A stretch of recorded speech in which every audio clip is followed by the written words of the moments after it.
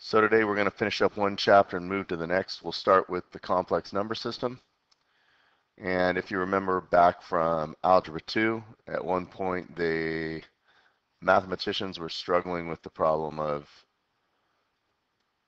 taking something like this and solving it. So you'd have the square root of -1 equaling some value. And at that time they couldn't get it done, but there were applications that involved this problem. So what they decided to do was base this new number system on the fact that this new variable I was equal to the square root of -1.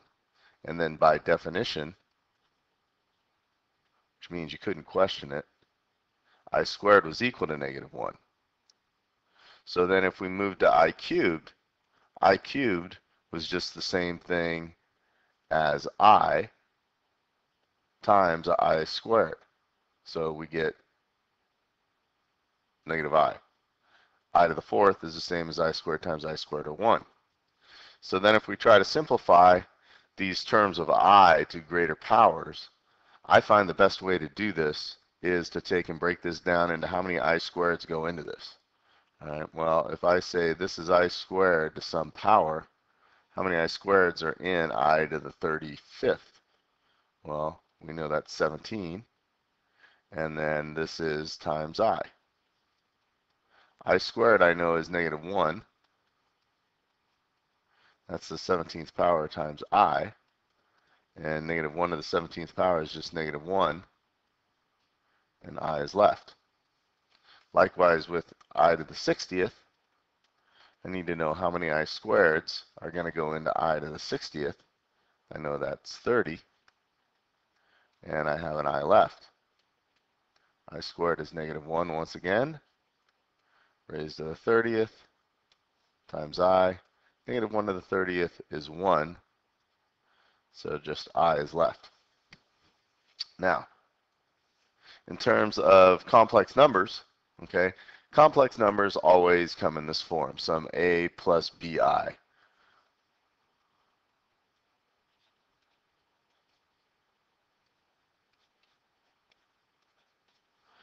All right, and in this case, the A value is a real number, and the value that's linked with the I is the imaginary number.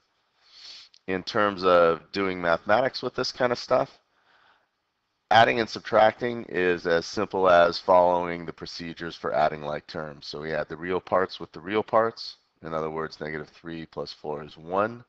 And the imaginary parts with the imaginary parts. So +4 plus -5 is -1I.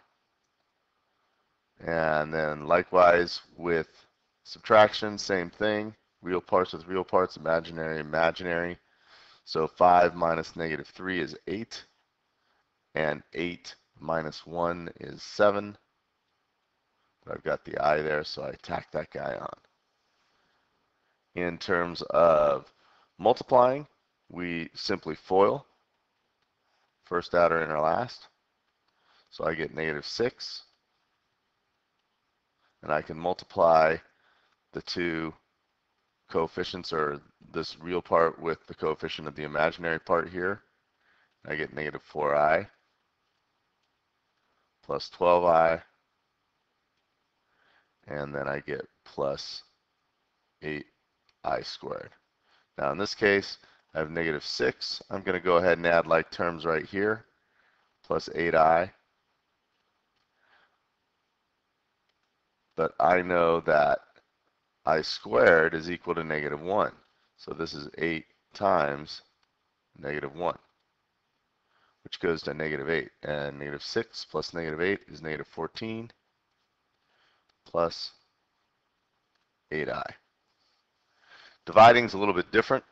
I'm going to rewrite this, though, in this way. 1 minus 4I over 2 plus 5I.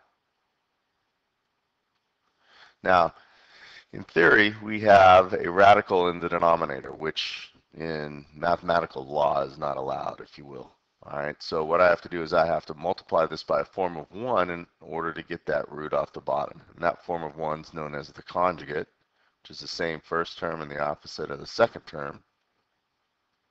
Did this last year. And now it comes out to a double FOIL. So I've got 2 minus 5i minus 8i plus 20i squared over 4. There's a minus 10i and a plus 10i, which goes to 0.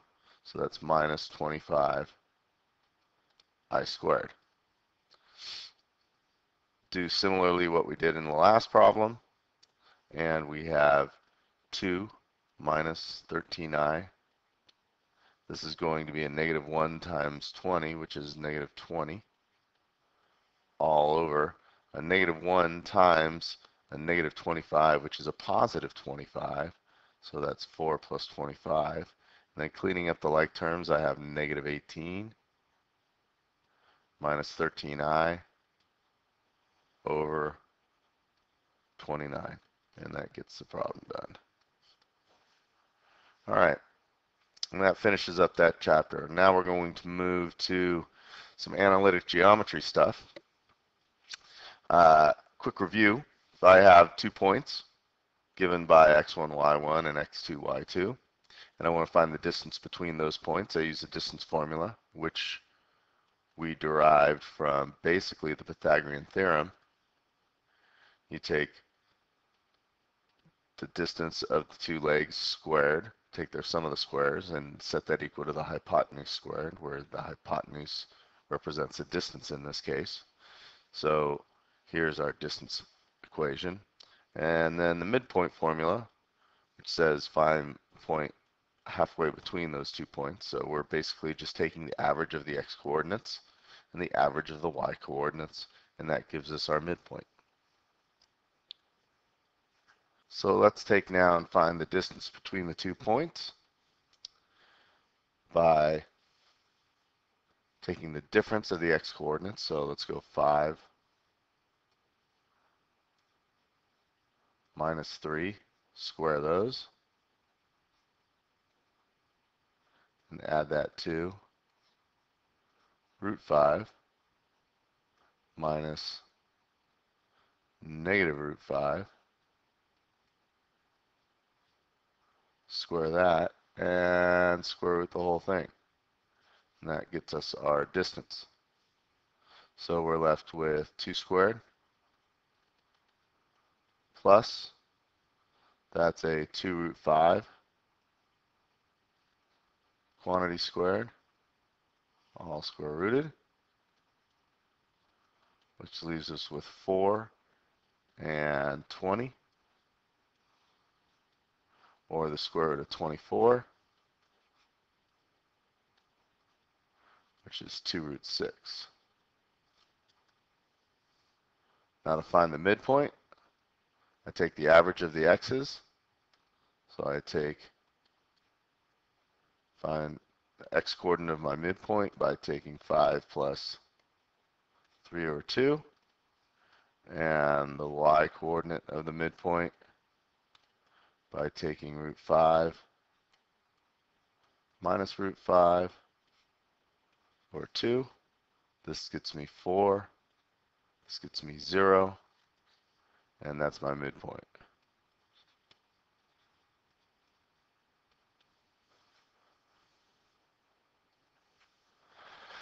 Now I want to use a distance formula to prove the 3 points are collinear. So let's assume that they are.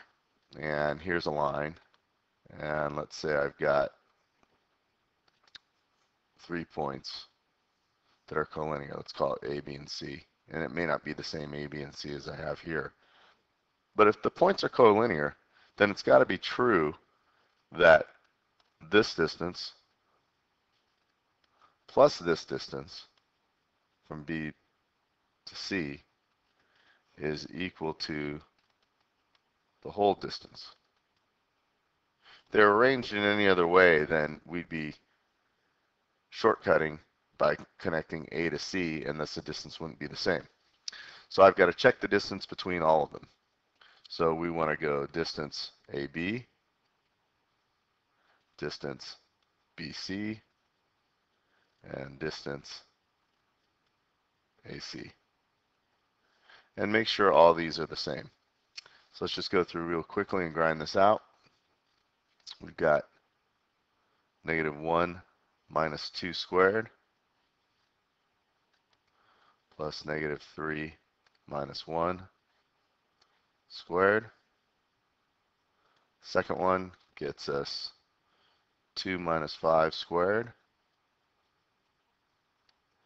added to 1 minus 5 squared.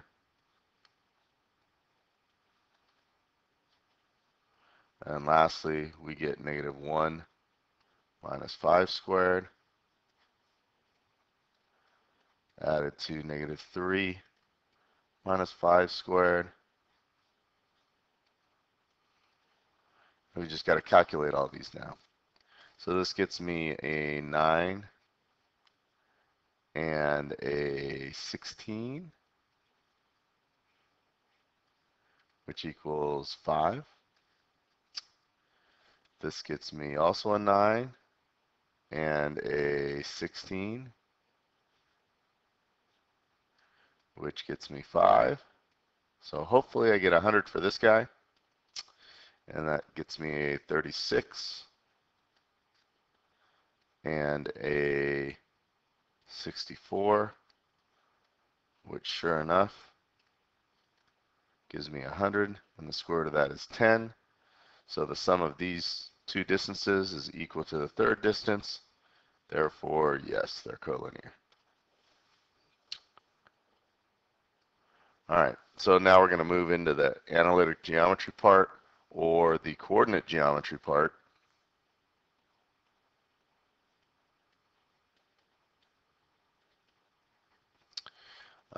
And we know that when we talk about coordinate geometry, if you remember, everything for geometry proofs is done in an algebraic manner. So if I want to take, for instance, and say, put a right triangle on the XY axis, what I typically do is I always take and put a vertex at the origin. And if I want to draw any right triangle, doesn't matter which, then I'd have to label some points. Now notice what I've done here. I've got two right triangles on the page. One is going to be a specific right triangle and one is going to be a general. When we talk about specific values, we label them as actual points, so like 5, 0 and like 0, 3, whatever. All right, these have specific values. This horizontal length here is 5, this vertical length is 3, and then we can get relationships from that. When I talk about general relationships, what I need to do is I need to state values for x's and y's such that they can be related to any value. So I always, once again, label one point as 0, 0. That's one thing you can do when you put it at the origin. And then what I'll do for my horizontal length, rather than giving it a specific value, I'll give it a general value or a variable value. And if you remember from geometry, when we did coordinate geometry, a lot of times we find midpoints in these problems and such. So what I'll do is I'll label the x point as 2a and 0. That means its horizontal length is some 2a value. And there's really, in a right triangle, there's not necessarily a relationship between one leg and the other. So I'll label this 0 and 2b. And that's an example of a general triangle as a right triangle set up for some coordinate geometry proof. Let's keep moving through. Again, parallelograms, let's distinguish the difference between a specific and a general. Once again, vertex at 0, 0, I always do that. I'll label this as, let's say, 7. All right. Now, I know that the lengths of the opposite sides are going to be the same, so I have to label these points such that the lengths are going to be the same. So let's say I start at 2 over here. The height doesn't have to be related any specific way, so I'm going to label that as 5. But now I know that since it's a parallelogram, they're never going to touch. So in order to be parallel, this height would actually have to be 5 here. But this length on the top has to be a total of 7. And I know if I'm going in a straight line without any slant, since I'm gone from 5 to 5 in my y value, that means in order to cover a total of 7, that this would have to be 9. And that's an example of a specific parallelogram. Now, if we're going to do this in a general fashion, I can't give exact values for my x's and y's. So again, I'm going to call this 0, 0. That's the only exact value I can give. I'm going to do this again at 2a and 0. Now again, there's no necessary relationship between the vertical values. So I'm going to call the vertical value on this guy 2b. And the vertical value on this guy 2b as well. So now what I have to do is I have to create a situation where I have the same length coming across in this fashion. And I know that this length on top is going to have to somehow be equivalent to 2a in total. But I can't really do that without introducing a new variable. So what I'm going to do is I'm going to call this distance over some value, let's say c. That says I can be any length over. Now what I do know is that I have to take and make sure that this length represents 2a in length.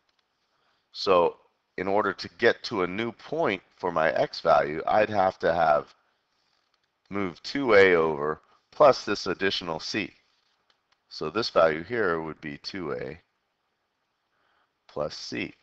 And by doing that, I've ensured that my length of this solid line here is equivalent to 2a, but my distance over is appropriate for moving c over to this point and 2a to this point.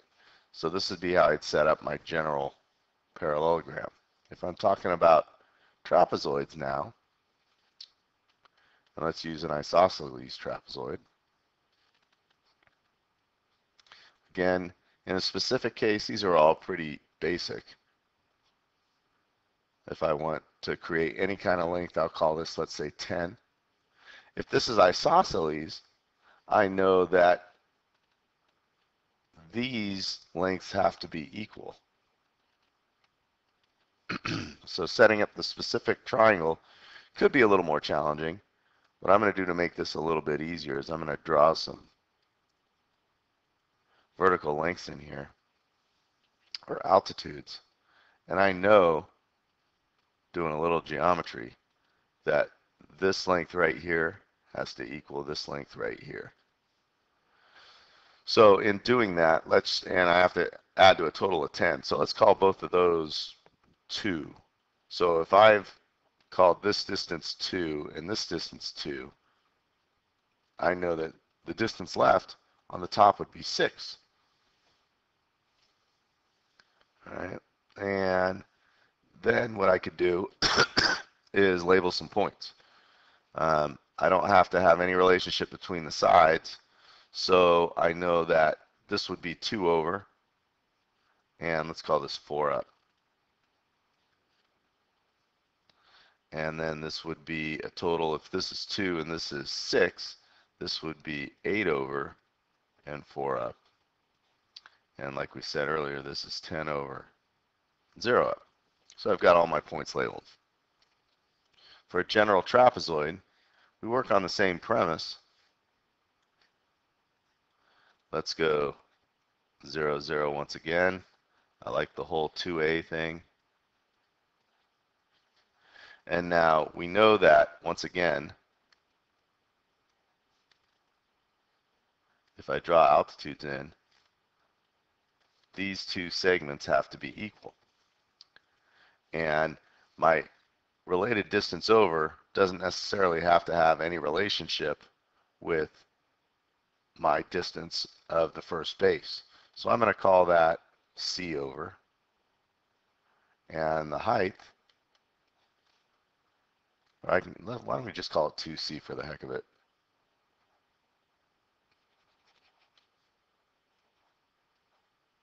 We'll call the height 2B. And I'll call this height 2B as well.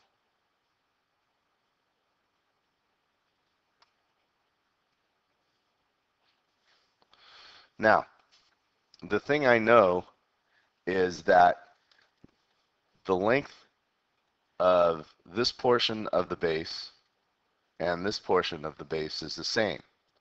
So if I start by moving out 2A here and backing up this much to get to the top base point, I know how much this distance is of this small part of the base. It's 2C. So I can name this value up here as 2A minus 2C. And then that's my coordinates for this isosceles triangle. So what we're going to do now is we're going to do a bit of coordinate geometry. We're going to prove that the segment connecting the midpoints of the legs of an isosceles triangle are parallel to the bases. So let's just draw this out. And we're not doing this geometrically, we're doing it using coordinate geometry or algebra like we've been doing. Now I know it's an isosceles trapezoid. I just set one of those up. All right, and what we're trying to do is trying to show that the segments connecting the midpoints of the legs is parallel to the bases. So let's again set our points in motion. That's 0, 0, 2A, and 0. We called this 2C and 2B in our last setup, and this was 2A minus 2C, 2B. Now if we want to find the coordinates of the midpoint, then basically we have to take and calculate the midpoint, which is the average of these values here. So let's call this A, that's bad, call it X, Y, Z, and W. So we're going to go XY midpoint is equal to, well, I have to take the average of 0 and 2A, which is A, and the average of 0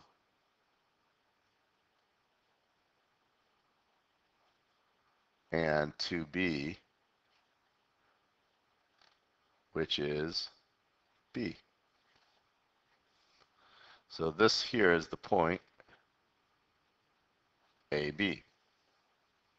Then I'm going to have to find the midpoint of ZW, which is the average of 2A minus 2C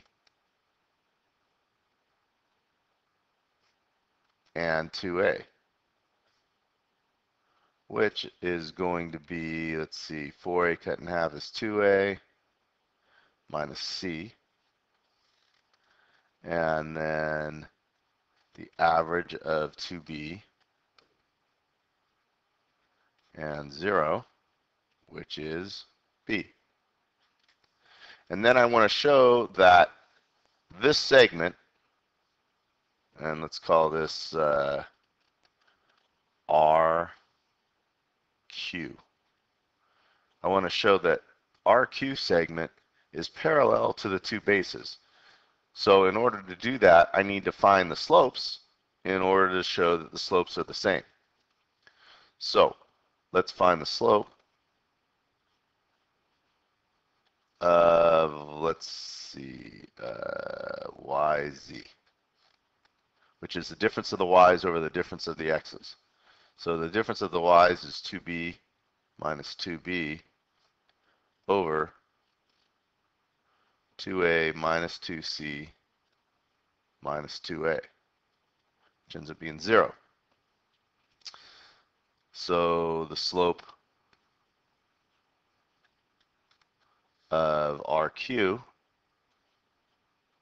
difference of the y's over the difference of the x's, all right, and RQ is equivalent to these midpoint values.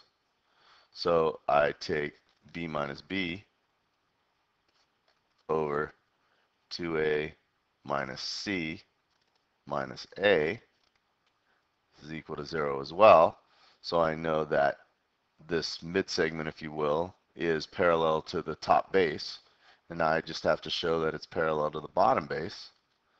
So I need the slope of xw, and that's equivalent to 0 minus 0 over 2a minus 0, which again is 0. So since all slopes same,